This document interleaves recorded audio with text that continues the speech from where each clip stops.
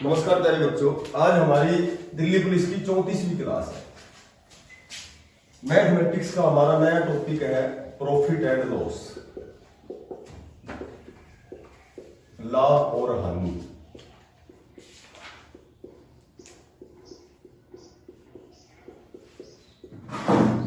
Profit and loss.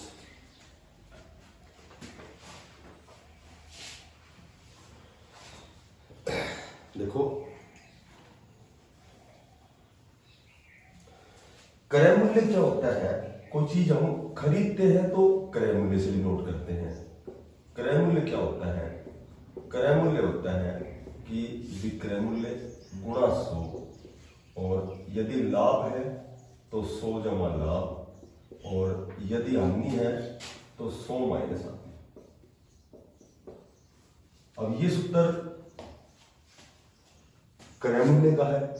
यदि विक्रय मूल्य निकालोगे तो बराबर यहां अपॉन 1 करके जब क्रॉस मल्टीप्लाई करोगे तो विक्रय मूल्य का सूत्र हो जाएगा कि विक्रय मूल्य बराबर क्रय मूल्य को इससे गुणा करेंगे तो ऊपर यदि लाभ है तो 100 जमा लाभ ऊपर आएगा, और यदि हानि है तो 100 माइनस हानि, और अपॉन 100। एक मोटी बात यह है कि लाभ परसेंट या फिर हानि परसेंट हमेशा क्रय मूल्य पर निकालेंगे। लाभ परसेंट भी अपॉन क्रय मूल्य, और यदि हानि परसेंट है तो भी अपॉन क्रय मूल्य। हानि बटे क्रय मूल्य और गुणा 100। देखो, क्रय मूल्य कोई चीज हम खरीदते हैं तो क्रय मूल्य होता है, यानी कि कोई वस्तु हमने 100 रुपए में खरीद दी और उसको बेच दिया 120 रुपए में, तो उसको लाभ होगा। और ये लाभ क्या होगा? लाभ होता है कि विक्रय मूल्य माइनस क्रय मूल्य। और यदि हानि निकालनी है तो हानि में कोई चीज खरीदी अधिक में है, बेची कम में है, तो क्रय मूल्य में से विक्रय मूल्य। लाभ हानि तो ऐसे निकालेंगे, और लाभ परसेंट या हानि परसेंट ऐसे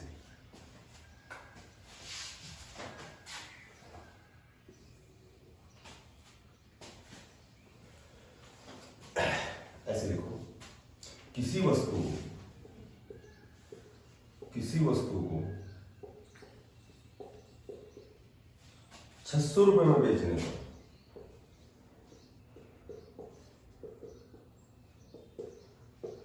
600 रुपए में बेचने पर 10% हानि होती है।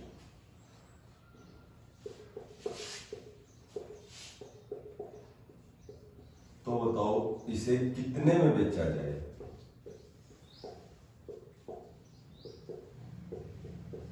इसे कितने में बेचा जाए कि 20% लाभ,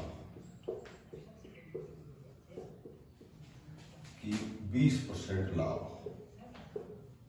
अब सुनो,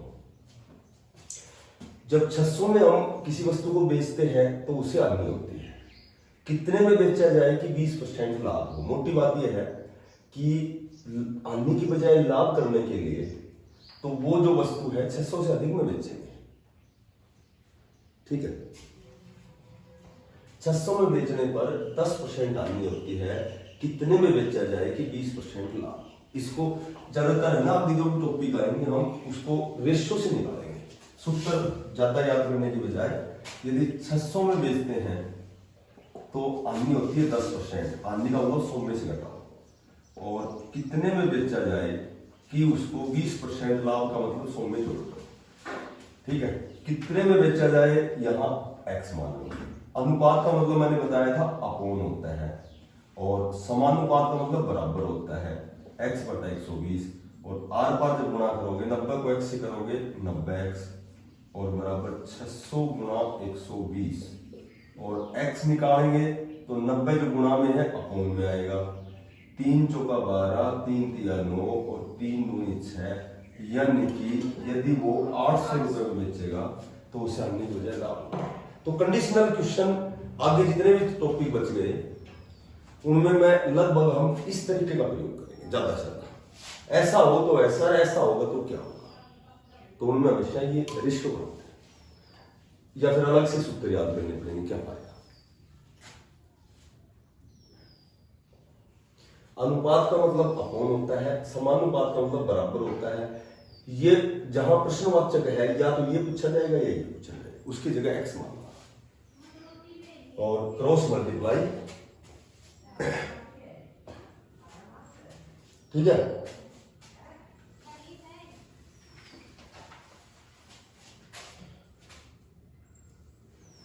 किसी वस्तु का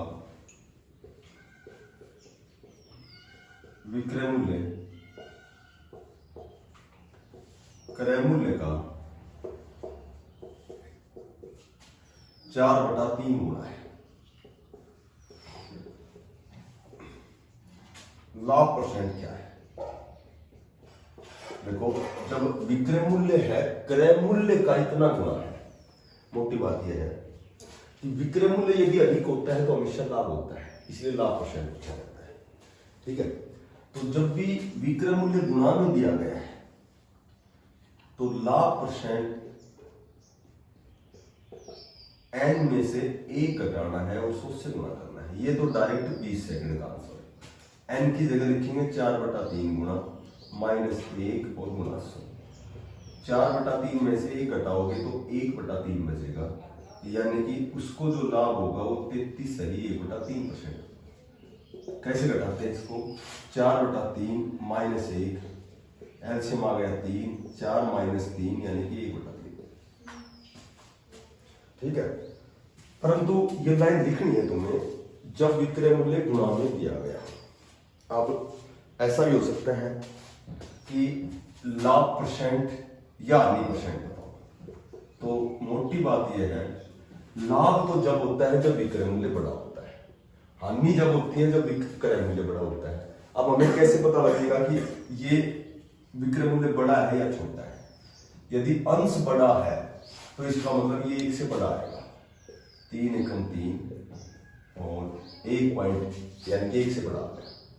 अगर ऊपर अंश छोटा है तो 3 में 4 का भाग नहीं जाएगा, सीधा 0 चढ़ाते पॉइंट यानी कि 75 पैसे, 4 × 7 = 28 और 4 × 20। तो मोटी बात यह है 75.75 1 से छोटा है। तो यदि अंश छोटा होगा जब तो हमेशा हानि होगी, और अंश बड़ा होगा हर से तो लाभ।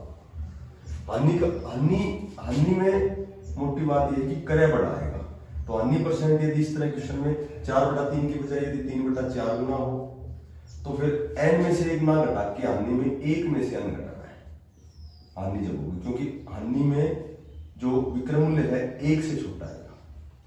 1 - 3/4 और गुणा 100, फिर यह आ जाएगा 1/4 और गुणा 100, यानी कि उसको 25% हानि हो जाएगी। मोटी बात यह है जब विक्रय मूल्य गुणा में दिया गया हो तो ये देखना है कि 1 से छोटा है बड़ा है। अंश बड़ा है तो 1 से बड़ा होगा, अंश छोटा है तो 1 से, जब ये विक्रय मूल्य 1 से छोटा होगा जब तो हमेशा हानि होगी, और ये 1 से बड़ा होगा जो हमेशा लाभ होगा। और अकेला पूछा जाए लाभ या हानि तो लाभ में n - 1 गुणा 100, हानि पूछी जाए तो 1 - 1, ठीक है।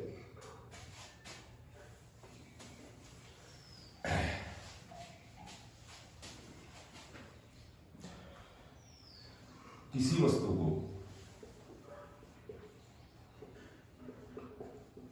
किसी वस्तु को 350 रुपए में बेचने पर 350 रुपए में बेचने पर हुई हानि 450 रुपए में बेचने पर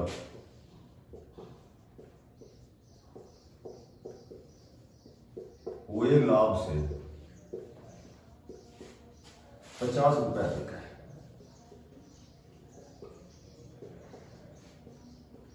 तो क्रय मूल्य क्या है? तो बताओ क्रय मूल्य क्या है? कैसा, जब किसी वस्तु को 350 रुपए में बेचते हैं तो हानि होती है, 450 रुपए बेच रहे हैं तो लाभ होता है।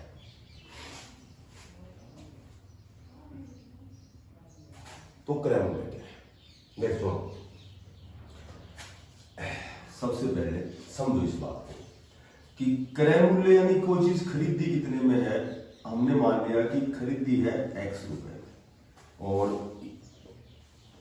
उस वस्तु को खरीदा गया है x रुपए। दो कंडीशन है, 350 रुपए में बेचते हैं, यानी कि इसका विक्रय मूल्य यदि 350 रुपए लगाते हैं तो उसे हानि होती है। ये बता दो हानि में क्या अधिक होता है, बस ये बता दो। क्रय मूल्य अधिक होता है तो उसको होती है हानि। और यदि उस वस्तु को 450 रुपए में बेचते हैं तो उसे लाभ होता है, और लाभ में क्या होता है, विक्रय मूल्य बड़ा होता है।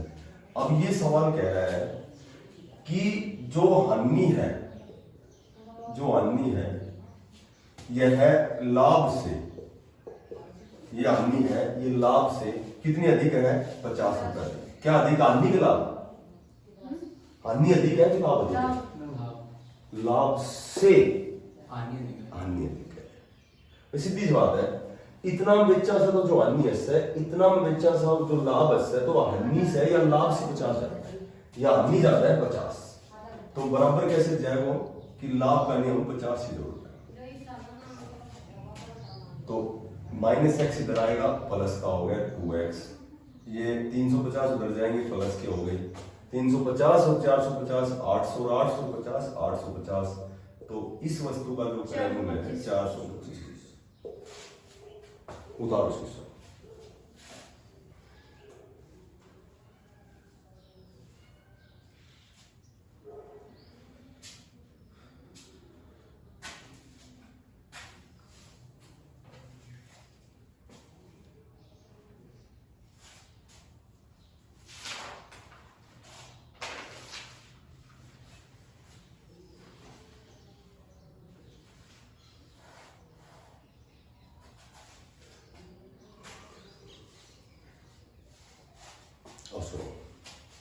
कि ऐसा कोई भी क्वेश्चन आ जाए, सिर्फ एक बात देखने से कि हानि अधिक है कि लाभ अधिक है, ये बात इसमें इसके सेंस से पता लग जाएगी। लैंग्वेज पढ़ेंगे तो इतने में बेचने पर जो हानि हुई है, इतने में बेचने पर जो लाभ है, उस लाभ से 50 रुपए अधिक हानि है। एक काम करना है कि केवल 5 सेकंड में आंसर निकालना है। क्रय मूल्य कैसे निकालेंगे, दोनों भी क्रय मूल्यों को तो जोड़ देंगे ऐसे, और यदि हानि अधिक है तो जोड़ी जाती है, और लाभ अधिक है तो घटाया जाता है। ये दोनों तो हमेशा जुड़ेंगे, दो जो विक्रय मूल्य दिए गए हैं ये दोनों तो हमेशा जुड़ेंगे, चाहे कुछ भी हो। हानि अधिक है तो इन दोनों को जोड़ में वो जोड़नी है, और दो का भाग हमेशा लगेगा, तो इन दोनों को जोड़ेंगे वही 850 और वही आएगी 425। लिख लो क्रय मूल्य निकालने के लिए, क्रय मूल्य निकालने के लिए दोनों विक्रय मूल्यों को जोड़कर, दोनों विक्रय मूल्यों को जोड़कर यदि हानि अधिक है तो जोड़ी जाती है, और लाभ अधिक है तो घटाया जाता है। हानि अधिक है तो जोड़ी जाती है, लाभ अधिक है तो घटाया जाता है, और दो का भाग दिया जाता है।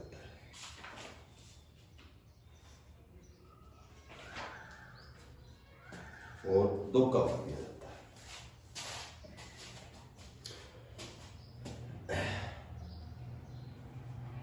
समझ में बात? ऐसे प्रश्नों में क्रय मूल्य निकलवाया जाता है, दोनों विक्रय मूल्य दिए जाते हैं, पर कभी हानि अधिक होगी कभी लाभ अधिक होगा। हानि अधिक है तो जोड़ी जाएगी, लाभ अधिक है तो घटाया जाएगा। और एक मोटी बात ये और ध्यान रखो कि यदि ना तो लाभ अधिक हो और ना हानि अधिक हो, जैसे ये क्वेश्चन आता है कि 350 रुपए में बेचने पर हुए लाभ के, बेचने पर हुई हानि 450 रुपए बेचने पर हुए लाभ के बराबर है, तो क्रय मूल्य बताओ। अब जब ना लाभ ना हानि दोनों बराबर से, उतने लाभ से उतनी हानि से, तो केवल दोनों को जोड़ना है, दो का भाग करना है, फिर इसका क्रय मूल्य आएगा 400। भाई हानि अधिक होती तो जोड़ते, लाभ अधिक होता है तो घटाते, लेकिन दोनों बराबर है तो दोनों को जोड़ते को भाग देते।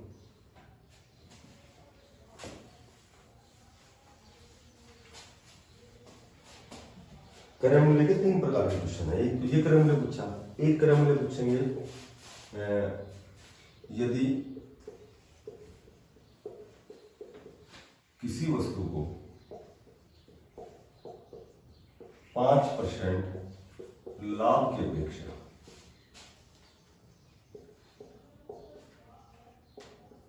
5% हानि पर बेचा जाए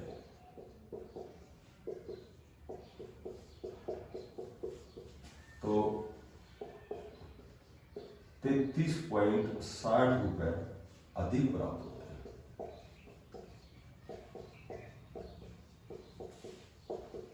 तो उस वस्तु का क्रय मूल्य क्या है? ये दूसरा प्रकार का क्रय मूल्य है।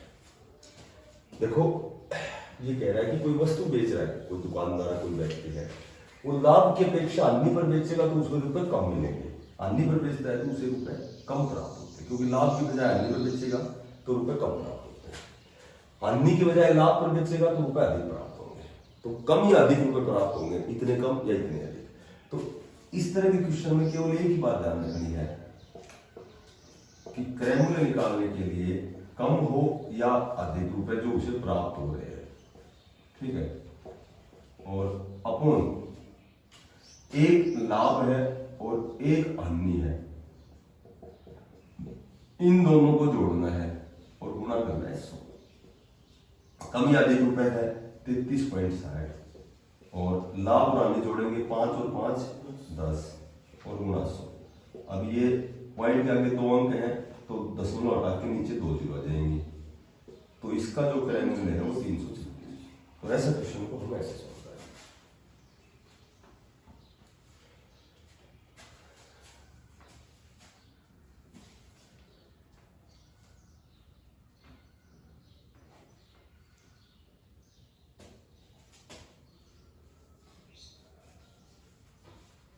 ठीक है, सुनो अब एक बात ध्यान रखनी है, जरूर नहीं कि पहले लाभ आए या पहले हानि आए, ये हमेशा जुड़ेंगे। एक लाभ और एक हानि होगी तो हमेशा ही नीचे जुड़ेंगे।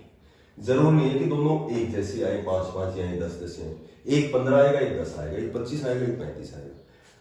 अगर दोनों बार लाभ हो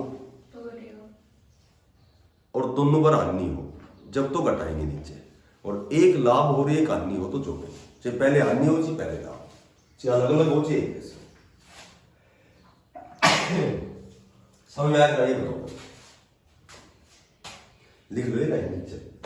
जब दोनों बार लाभ दिया गया हो तो घटाया जाता है, जब दोनों बार लाभ हो या दोनों बार हानि हो तो नीचे घटाया जाता है।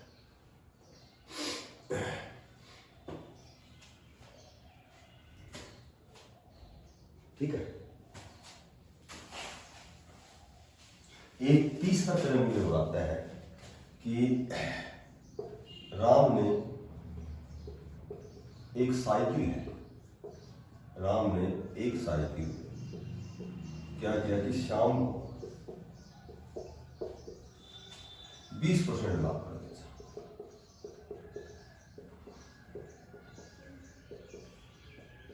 शाम ने गोपाल को 25% लाभ पर बेचा। यदि गोपाल ने इस साइकिल के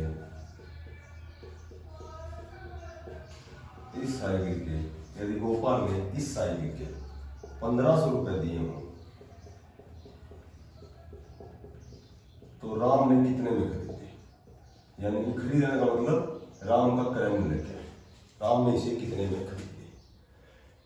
तो इस तरह के क्वेश्चन में 3 भी हो सकते हैं, 4 भी हो सकते हैं, मैक्सिमम 4 ही होते हैं वैसे तो, पर 3 का क्वेश्चन बनता है ये।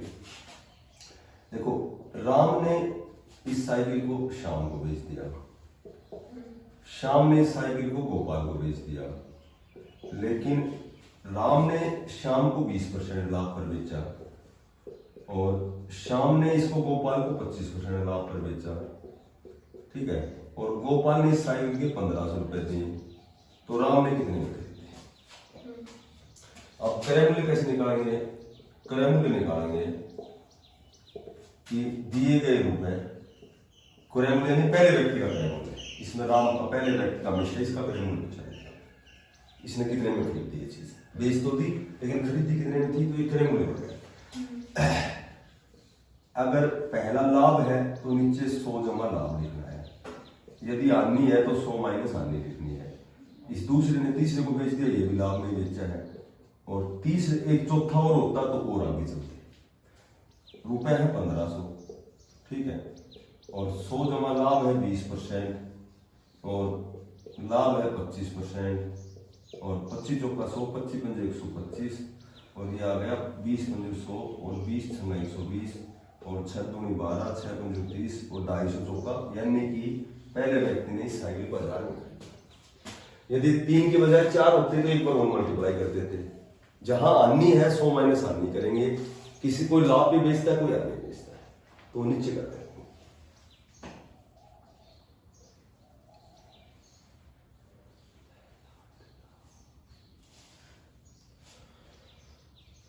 ठीक है,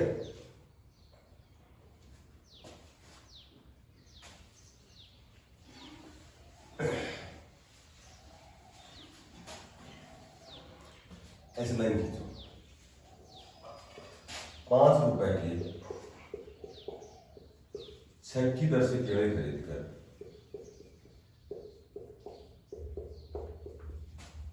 केले खरीद कर 6 रुपए के 5 की दर से बेचता है,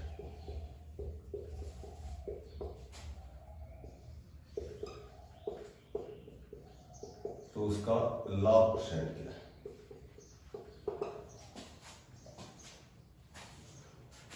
3 रुपए के 4 की दर से केले खरीद कर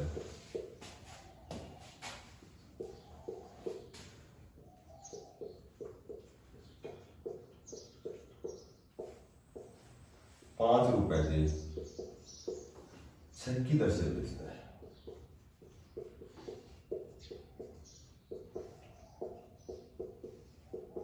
तो उसका लाभ परसेंट पूछ सकते हैं या फिर हानि परसेंट। ऑप्शन में दोनों मिलेंगे, जो सही है उसको चेक करना है। सुनो, सिर्फ एक बार बताता हूं कि यहां लिखो वस्तु और यहां लिखो रुपए। अब रुपए है 3, 4 की दर से केड़े है 4 की दर से केड़े खरीदना है, खरीदने का मतलब क्रय मूल्य है। 4 केड़ों का क्रय मूल्य है 3 रुपए, ठीक है। अब 5 रुपए के 6 की दर से बेचता है, 6 केड़ों का बेचता है, विक्रय मूल्य है 5 रुपए, और इसको क्रॉस गुणा करना है, ऐसे गुणा करना है, ठीक है। वस्तु इधर रुपए इधर। अभी और रकम क्या लिखी?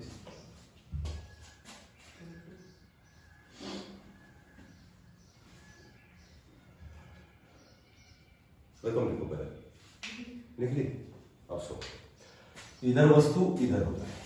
4 केड़ों का जो क्रय मूल्य है वो है 3 रुपए, और 6 केड़ों का बेचता है, विक्रय मूल्य है 5 रुपए। क्रॉस गुणा करेंगे, रुपए देखेंगे, केवल रुपए देखेंगे। 5 को 4 से गुणा करेंगे 20। अब ये देखो कि 5 के साथ क्या है, विक्रय मूल्य, तो विक्रय मूल्य तो आ गया हमारे पास 20।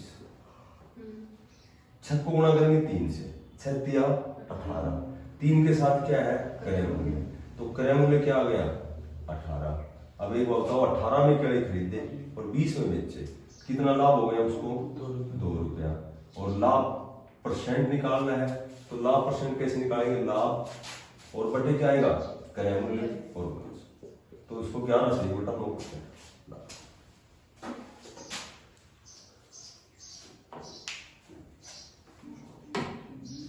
इसको ऐसे निकाल लो ना, इधर वस्तु इधर रुपए।